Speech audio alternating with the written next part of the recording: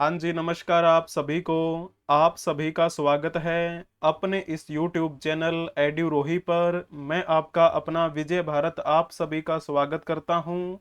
आज का इतिहास सीरीज के अंतर्गत चलने वाली कक्षाएं आप सभी को डेली सुबह 7:30 बजे प्रोवाइड करवा दी जाती हैं अपने इस YouTube चैनल एड्यूरोही ऑफिशियल पर।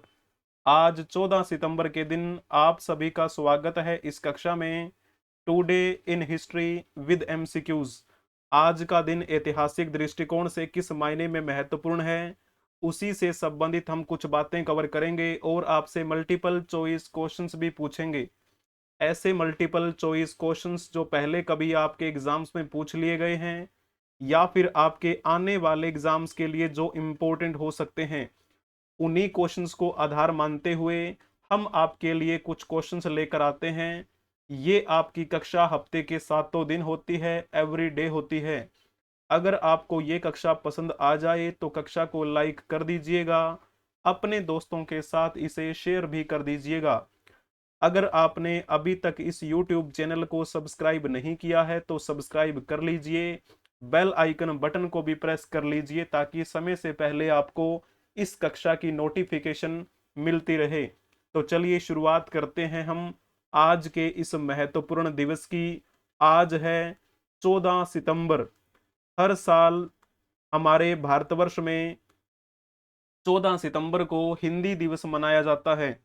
इसके पीछे कारण क्या है हिंदी दिवस मनाने का? हिंदी भाषा जो हमारे भारत में सबसे ज्यादा बोली जाने वाली और समझे जाने वाली भाषा है, तो उस भाषा को एक नया आयाम देना, उसके प्रति सम्मान की भावना लोगों के अंदर पैदा करना, यही उद्देश्य है इस दिवस को मनाने का। हिंदी भाषी लोग जो हमारे भारत के अलावा कहीं विदेश में रहते हैं, वो भी इस दिवस को बड़ी धूमधाम से मनाते हैं। तो जैसे बात करें विश्व में सबसे ज्यादा बोली जाने वाली भाषा कौन सी है, तो आपको पता है अंग्रेजी जो है वो एक कॉमन लैंग्वेज है। उसके बाद में अगर देखा जाए तो मंदारिन, जिसे हम चाइनीज कह देते हैं, फिर हमारी हिंदी जो भाषा है उसकी बात आती है। तो आप ये कह सकते हैं टॉप जो 5 लैंग्वेज है ना, उनमें हमारी हिंदी का भी नाम आता है और ये हमारे भारत की आधिकारिक भाषा है।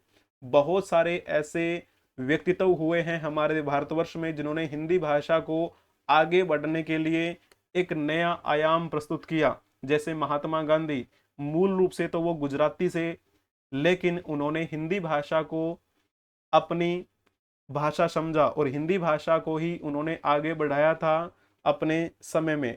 तो इस प्रकार बहुत से ऐसे रहे हैं हमारे व्यक्तित्व भारत में। तो जैसे थोड़ा सा बात कर लें, हिंदी भाषा की लिपि कौन सी है? देवनागरी लिपि है।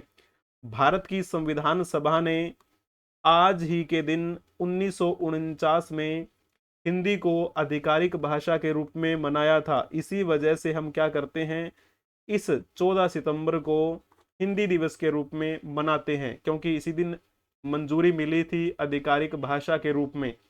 अगर पूछा जाए आपसे कि विश्व हिंदी दिवस कब मनाया जाता है, तो फिर आपको लिख देना होता है 10 जनवरी। तो थोड़ा सा आपको इन पॉइंट्स में ध्यान में रखना है। राष्ट्रीय हिंदी दिवस 14 सितंबर को मनाया जाता है और विश्व हिंदी दिवस 10 जनवरी को मनाया जाता है। क्लियर हुआ आपको ये पॉइंट? चलिए अब हम बात करेंगे उनके बारे में जिनका आज जन्मदिन है, जिनसे संबंधित आपसे क्वेश्चन पूछे जाते रहे हैं और पूछे जाते भी रहेंगे। तो चलिए सबसे पहले हम इनके बारे में बात कर लेते हैं। नाम क्या है इनका? अल्लारमेल वल्ली। अल्लारमेल वल्ली के बारे में पहले आप एक क्वेश्चन बता दीजिए, उसके बाद में हम इनके बारे में बातें कवर करेंगे। अल्लारमेल वल्ली का संबंध भारत के किस शास्त्रीय नृत्य से है? ये एक भारतीय शास्त्रीय नृत्यांगना है अल्लारमेल वल्ली, जो कि भरतनाट्यम शास्त्रीय नृत्य करती हैं। ठीक है ना? तो आज इनका जन्मदिन है, इनको जन्मदिन की बहुत बहुत बधाई हो। इनका जन्म आज ही के दिन 1957 में हुआ था। कहाँ पे इनका जन्म हुआ? चेन्नई में। और ये चेन्नई जो है वो कहाँ पर है? आप कहेंगे तमिलनाडु में है ये। तो आपने बिल्कुल सही बताया है। अब जैसे बात करें शास्त्रीय नृत्यांगना है ये, ठीक है ना, जिन्होंने हमारे भारतवर्ष का नाम पूरे विश्व पटल पर स्थापित किया है, और ये एक कोरियोग्राफर भी हैं। कौन सा नृत्य करती हैं ये, तो आपको लिख देना है भरतनाट्यम। जो मैंने आपसे क्वेश्चन पूछा है, बड़ा इंपॉर्टेंट क्वेश्चन है। इनको भारत सरकार ने पद्म भूषण से सम्मानित किया था। कब? 2004 की बात है। और उससे पहले भी भारत सरकार ने इनको पद्मश्री से सम्मानित कर दिया था। 1991 की बात है। पद्मश्री हमारे भारत का चौथे नंबर का नागरिक सम्मान है। पद्म भूषण हमारे भारत का तीसरे नंबर का सर्वोच्च नागरिक सम्मान है। तो इस प्रकार आपको इनके बारे में पता होना चाहिए। चलिए जी, अब हम बातें कवर करेंगे इनके बारे में। इनका नाम आप बताएंगे। फोटो आपने देख ली है। ओलंपिक के लिए सीधे क्वालिफाई करने वाले पहले भारतीय तैराक का नाम बताइए। तो कौन सा इसमें ऑप्शन ठीक रहेगा? अगर लिखा होगा आपने साजन प्रकाश, तो आपने अच्छा जवाब दिया है। साजन प्रकाश और श्री हरि नटराज, ये दोनों ही बड़े बेहतरीन भारतीय तैराक हैं। और जो पहला ऑप्शन और दूसरा ऑप्शन है, नवदीप सिंह, जो कि बौने कद के हैं, जिन्होंने अभी हाल ही में गोल्ड मेडल जीता है पैरालंपिक खेलों में, जो कि पेरिस में आयोजित करवाए गए थे, है ना। तो आपने देखा भी होगा सोशल मीडिया में किस तरह से वायरल हो रहे हैं नवदीप सिंह। नीरज चोपड़ा, जिन्होंने अभी हाल ही में सिल्वर मेडल जीता था पेरिस ओलंपिक खेलों में। पिछले टोक्यो ओलंपिक खेलों में नीरज चोपड़ा ने भाला फेंक प्रतियोगिता में गोल्ड मेडल जीता था, है ना। तो वो भी आपको पता होगा। लेकिन हम किन के बारे में बात कर रहे हैं? साजन प्रकाश के बारे में बात कर रहे हैं, जिनका आज क्या है, जन्मदिन है।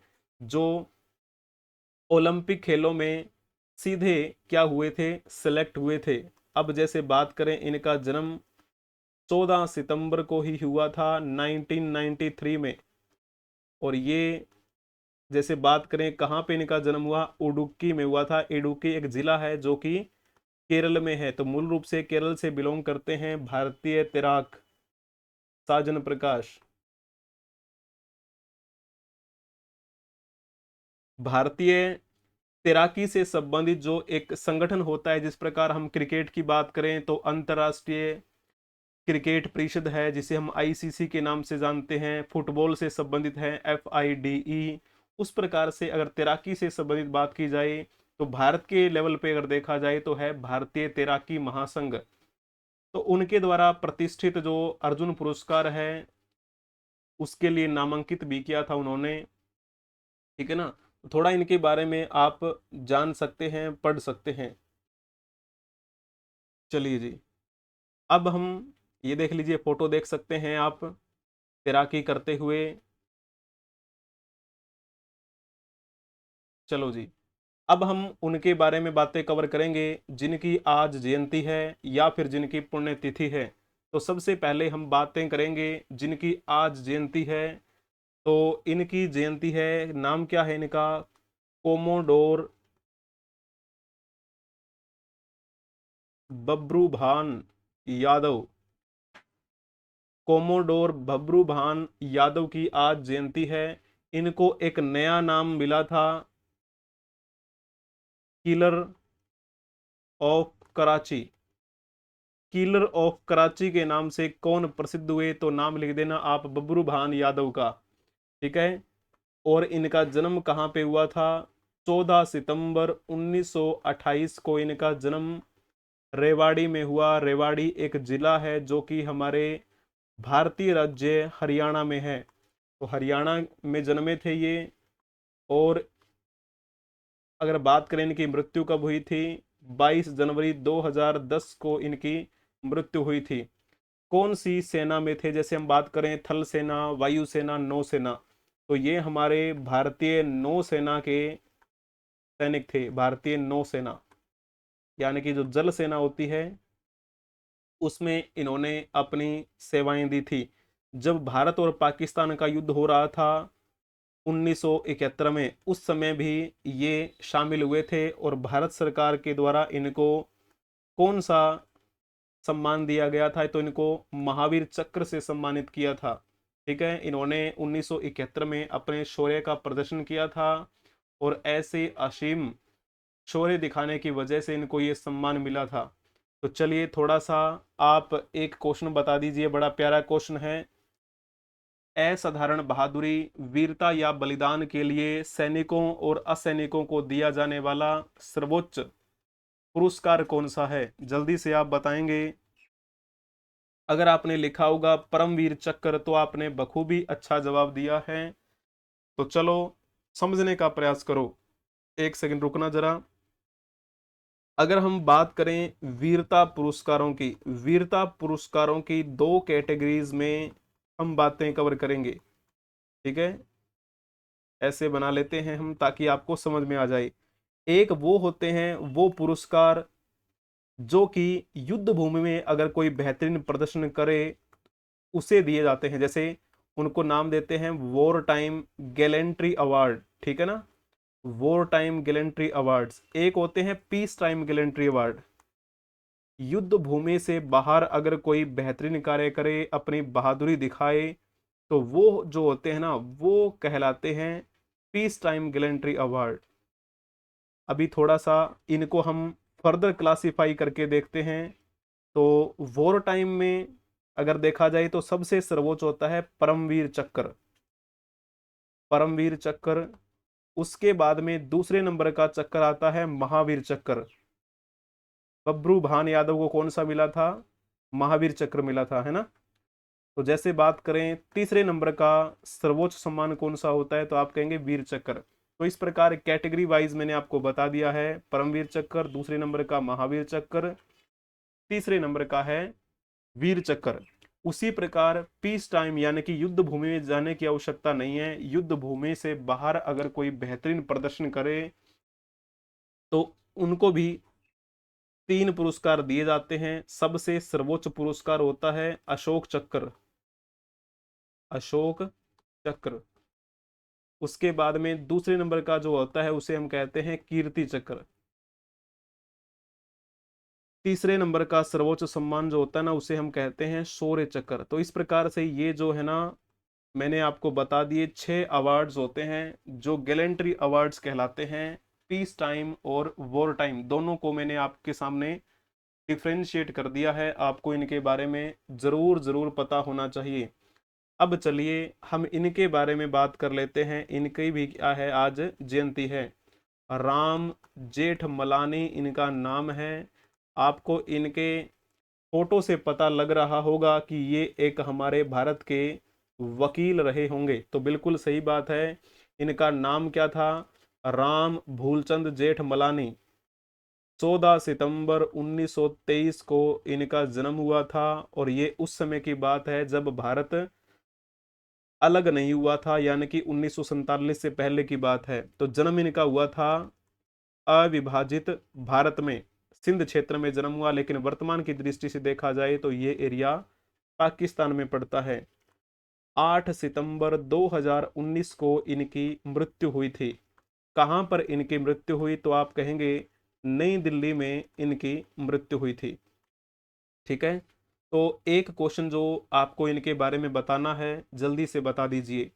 भारत के प्रसिद्ध वकील और राजनीतिज्ञ राम भूलचंद जेठमलानी का निधन 2019 में हुआ।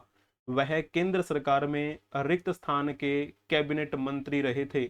यानी आपको ये बताना है कौन से मंत्रालय में इन्होंने कैबिनेट मंत्री के रूप में कार्य किया। तो जल्दी से बताइएगा। अगर लिखा होगा आपने कानून एवं न्याय मंत्रालय तो फिर आपने बखूबी अच्छा जवाब दिया है, क्योंकि अगर वकील हैं तो उनको कानून जो है वो अच्छे से पता होगा। इस वजह से इनको ये जो कानून और न्याय मंत्रालय था वही सौंपा गया था। ठीक है, इसमें मंत्री के रूप में इन्होंने कार्य किया।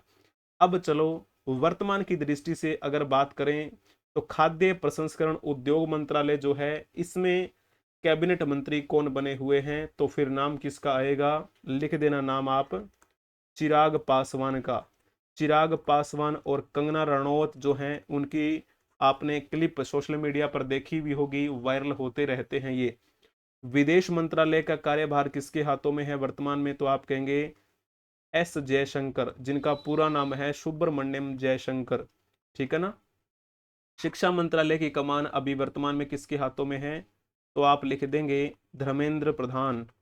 धर्मेंद्र प्रधान वर्तमान में शिक्षा मंत्री बने हुए हैं। तो चलिए, इस प्रकार से आपको कुछ बातें जो है वो ध्यान में रखनी है।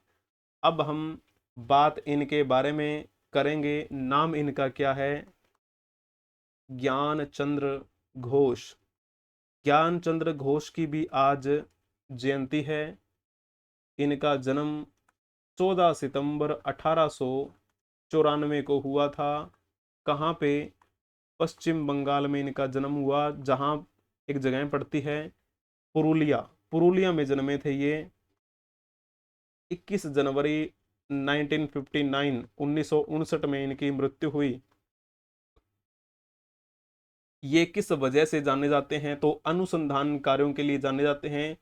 बड़े बेहतरीन रिसर्चर हुए हैं हमारे भारतवर्ष के ये, और इसी वजह से भारत सरकार ने इनको पद्म भूषण से सम्मानित किया था। तो जल्दी से आप ये क्वेश्चन बता दीजिए।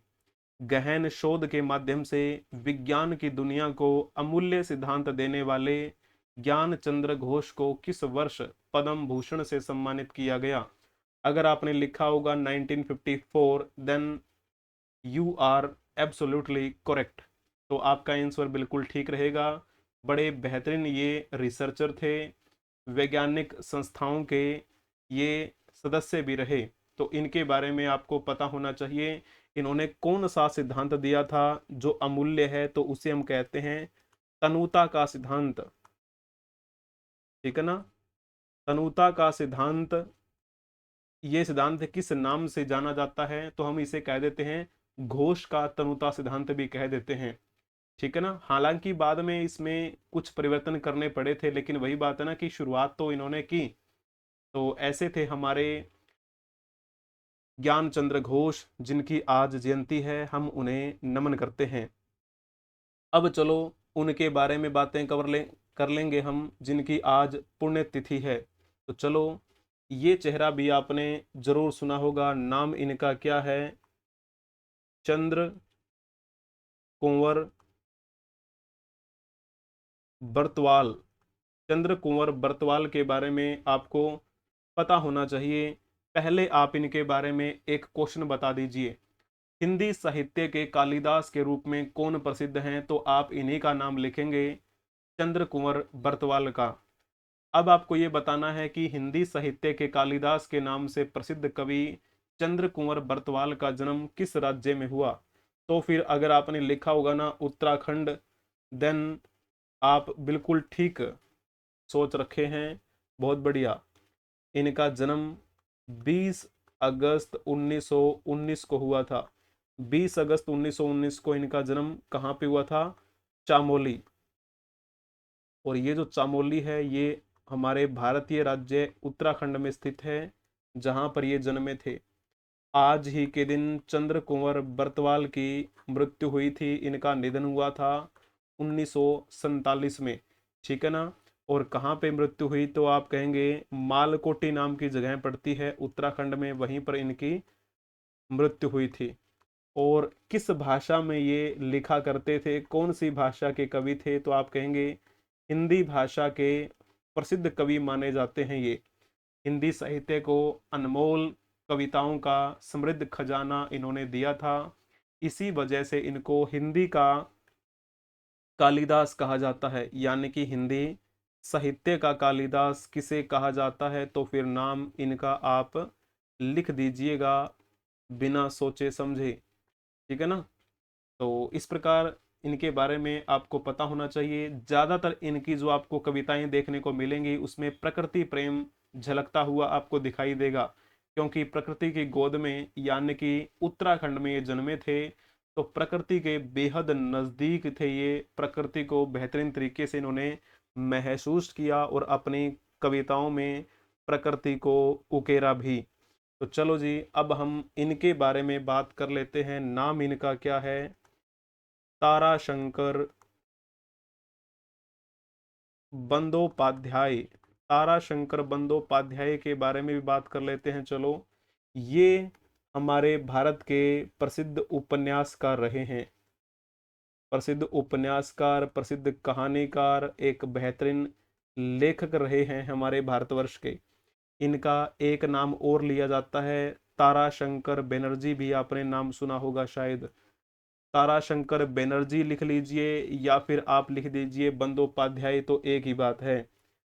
इनका जन्म 23 जुलाई 1898 को कहाँ पे हुआ था?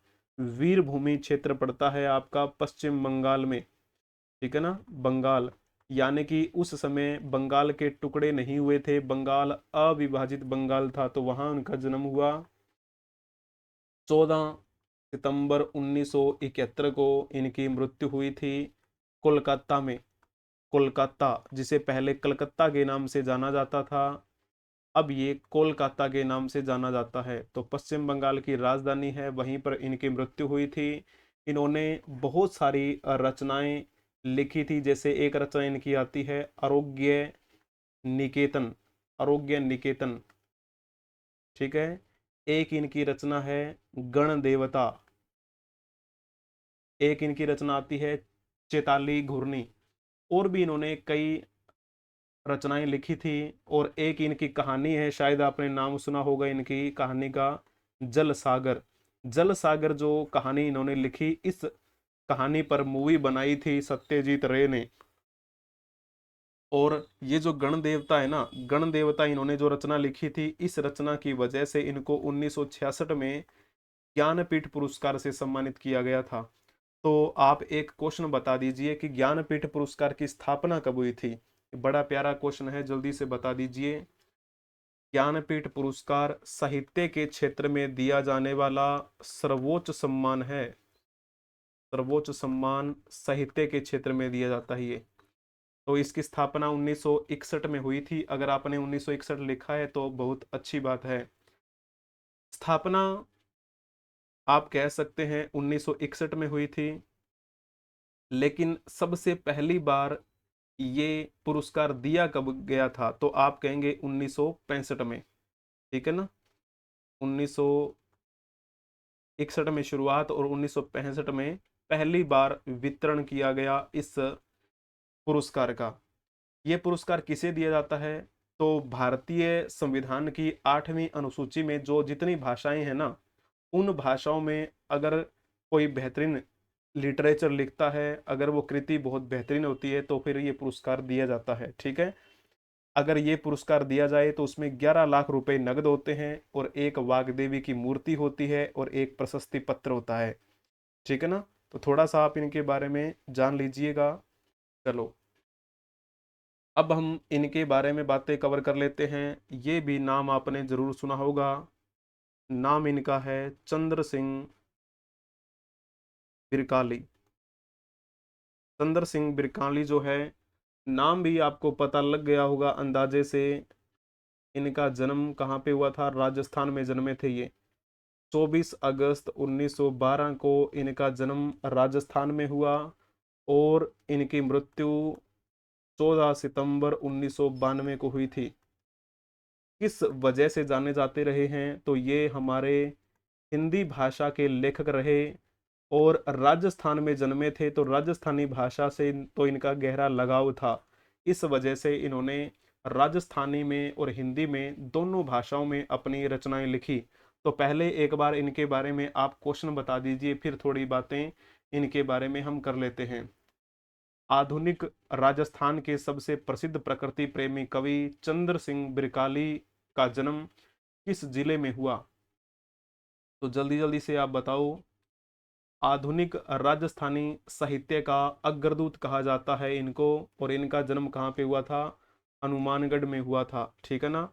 अगर आपने यहाँ पर हनुमानगढ़ लिखा होगा तो फिर आपने बखूबी अच्छा जवाब दिया है।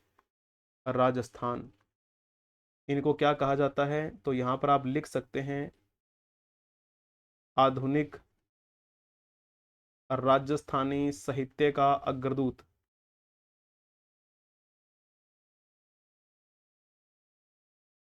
इनके बारे में कहा जाता है कि इन्होंने महाकवि कालिदास के कई नाटकों का मारवाड़ी भाषा में अनुवाद किया था, और वाल्मीकि रामायण का भी ये अपनी मारवाड़ी भाषा में अनुवाद करना चाहते थे।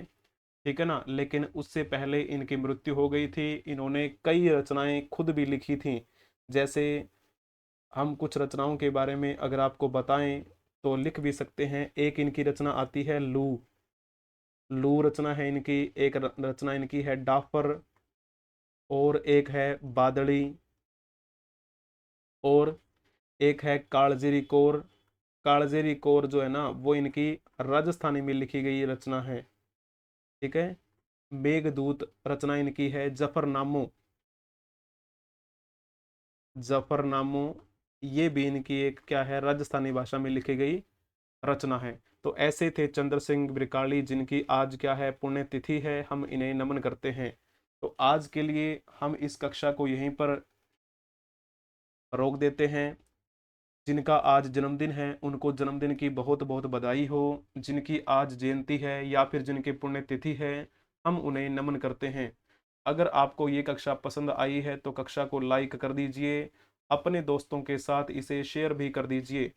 अगर आपने अभी तक इस YouTube चैनल को सब्सक्राइब नहीं किया है तो सब्सक्राइब कर लीजिए। बेल आइकन बटन को भी प्रेस कर लीजिए ताकि समय से पहले आपको इस कक्षा की नोटिफिकेशन मिलती रहे।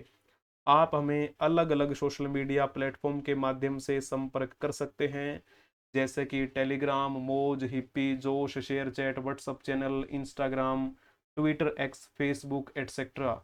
बने रहने के लिए आप सभी का धन्यवाद। Thank you for watching. Like, share and subscribe. बने रहिएगा हमारे साथ एड्यूरोही ऑफिशियल के साथ। आप हमें डिस्क्रिप्शन में दिए गए लिंक से डायरेक्ट क्लिक करके फॉलो कर सकते हैं। तो बने रहिए हमारे साथ। हम मिलेंगे नेक्स्ट क्लास में। तब तक के लिए आप हंसते रहें, मुस्कुराते रहें, पढ़ते रहें, खेलते रहें और खिलखिलाते रहें। जय हिंद, जय भारत, वंदे मातरम।